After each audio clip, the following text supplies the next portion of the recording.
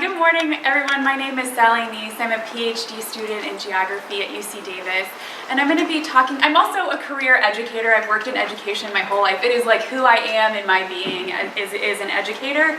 And I'm going to be talking with you all about my master's thesis work around climate education with high school students. So I know a lot of you all are college professors, and college students are not that different than high school students, so a lot of this is really applicable. Maybe we wish they were more different, but they're not. Yes, so I will be talking a little bit about kind of the context of climate education today in high schools, which is really centered around science and technology, my attempts to do something different that integrates a world ecology's perspective, and then lessons learned from that. I'm going to be broadly answering the question of how do we educate youth in the context of climate change. So when we talk about education, we're often talking about this idea of preparing youth for the future. I want to first of all say that I disagree with that. I think we should be engaging youth critically in the problems of our time right now. But even if that's true, let's think for a second about the future that youth are inheriting. Due to climate change, it's predicted that by 2100, 70 to 100% of coral reefs will be severely degraded. Close to a third of the world's population will regularly experience extreme heat waves. There'll be global food shortages, and sea levels will rise more than 2 feet. Based on a world ecology's perspective, we know that these things are driven by deep social and economic systems, and there's a need for deep systemic radical change. And I posit that, given this context, we need to be engaging youth in making these changes today, or at the very least preparing them to make them in the future. And so how do we really educate? How do we educate in a way that takes seriously their role as change agents in the world? And in fact, we know that youth have driven change across history. And what's so exciting to me right now is that this is actually already happening. Just in the time that I've entered grad school, there has been this incredible, burgeoning, youth-led global movement to address climate change. And here are just a few images of this. These are images from Standing Rock, which was an indigenous occupation of land here in the United States to protest a pipeline across indigenous land. And what is so cool about it is that it was initiated by youth against the advice of their elders. And then these youth on the right are from the Sunrise Movement, which is a national grassroots movement taking direct action. And they have really pushed the conversation. I feel excited because I really hear a new narrative coming from these youth that talk more systemically about climate change and its causes. And I posit that given this, we should be supporting this in our public education systems. Not surprisingly, we aren't. We're not doing this very well, even though there is actually broad support for talking about the climate crisis. Right now, NPR just did a poll, 4 out of 5 parents support teaching about it. 80% of teachers agree that we should be talking about climate change in schools, but only 42% of teachers do. And what they do is what we're teaching is not really great. First of all, most of it focuses just on informational learning, something that we have broadly research has shown is not effective in actually inspiring action. And then when we do actually, what we tend to focus on also are the causes and impacts of climate change, which give youth absolutely no way of taking substantial action. And in particular, what I've really seen as an educator is when we do even talk about climate mitigation or how to address the climate crisis, what we're really talking to youth about is individual actions like ride your bike more, take a shorter shower. And this really serves like a neoliberal, technocratic narrative about the causes of and solutions to climate change. And that is failing to build the capacity to take substantial action. So as an educator, I was really concerned about this, and I wanted to try something different. And so I built an 18-hour high school curriculum, a life sciences curriculum, and then I piloted it in collaboration with an arts boarding school here in Northern California.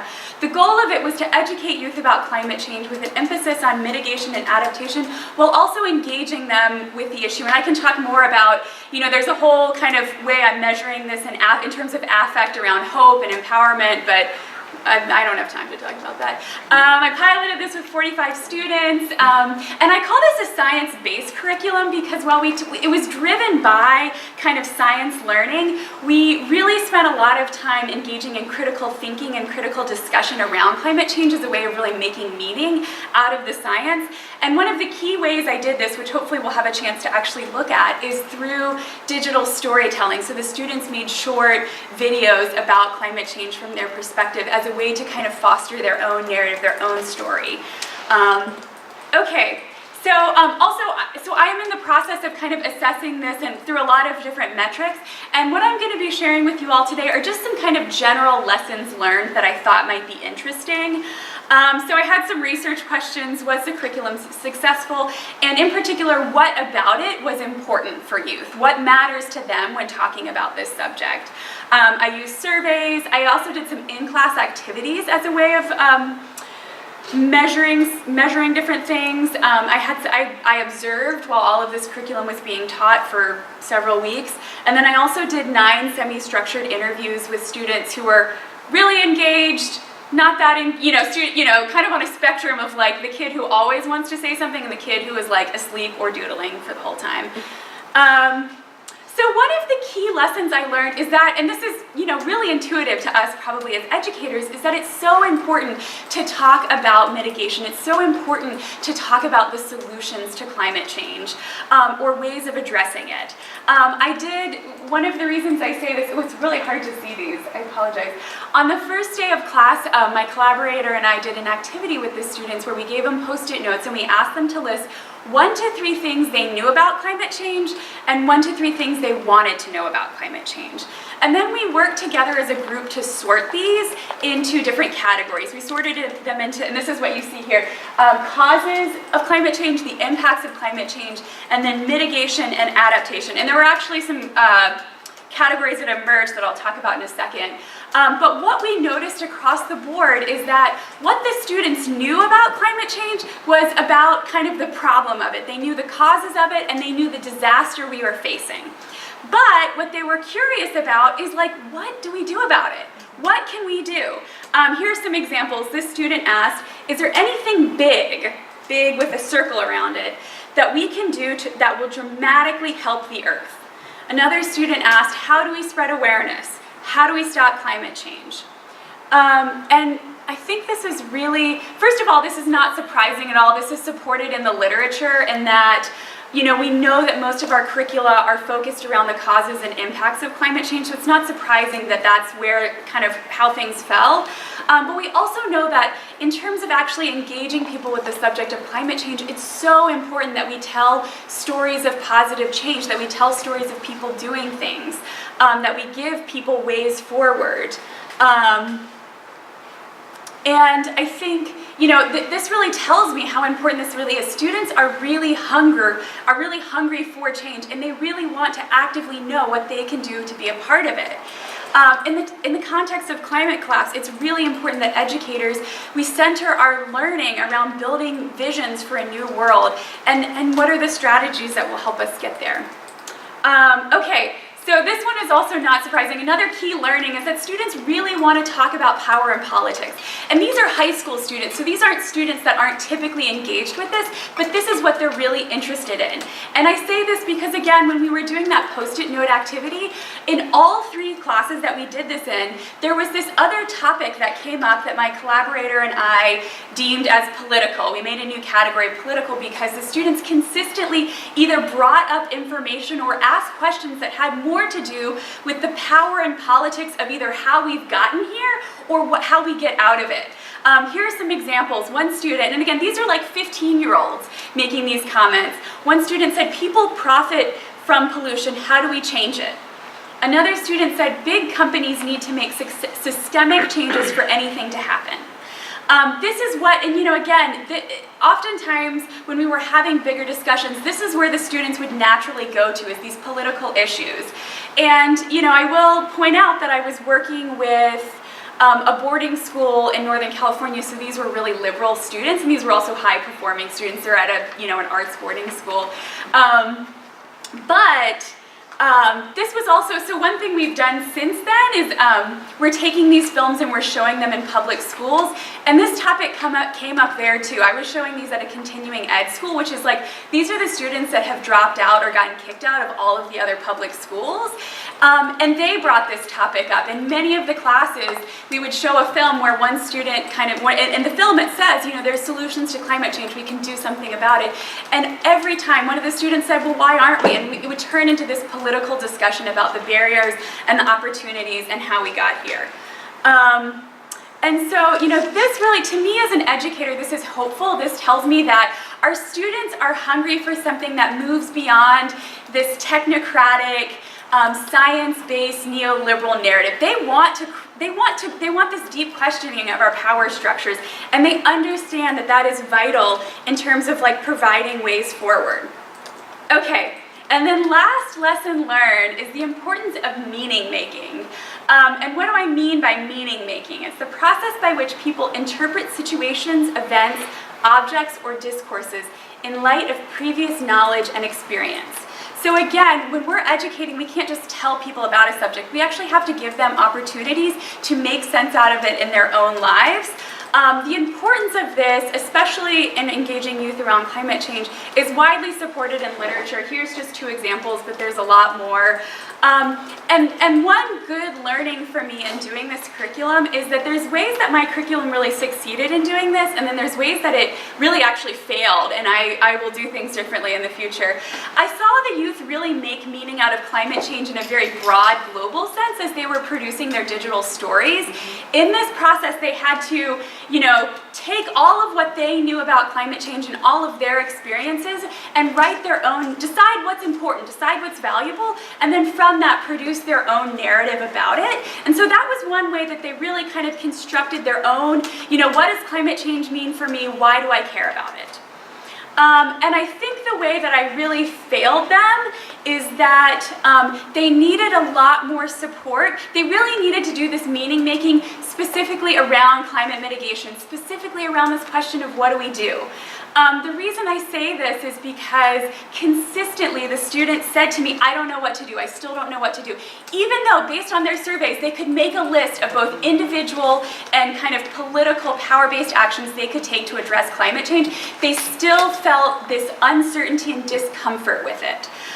This is not surprising at all because our world is struggling with this right now. None of us really, we all need to be actively charting our courses forward.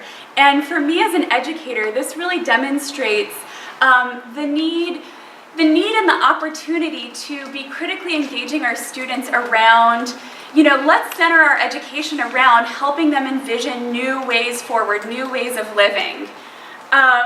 And this has, you know, a lot of applications for us in terms of world ecologies. In the end of the book, in the end of the introduction to A History of the World in 7 Cheap Things, Moore Patel end by saying, we do not offer solutions that return to the past. We must find the language and politics for new civilizations, find ways of living through the state shift that capitalism's ecology has wrought. And I think this is something that our students can intuitively understand. Here's a quote from one of the students from an interview I did with him, and he said, "The way I've based my image of the future is founded on what the past futures have been like the futures of my parents and grandparents. But it's all changing so rapidly. So I want to change how I live." I was really struck by this when a student said this to me. He's been basing his image of his futures on past futures, and he knows that's not going to work.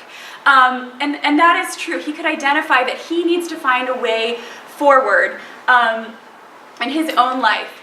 And we know this, that the way we've been living is not working, and we need to find new ways forward. Yes. So, okay. I wanted to show you all a video from one of the students, and it's short, but my time is up.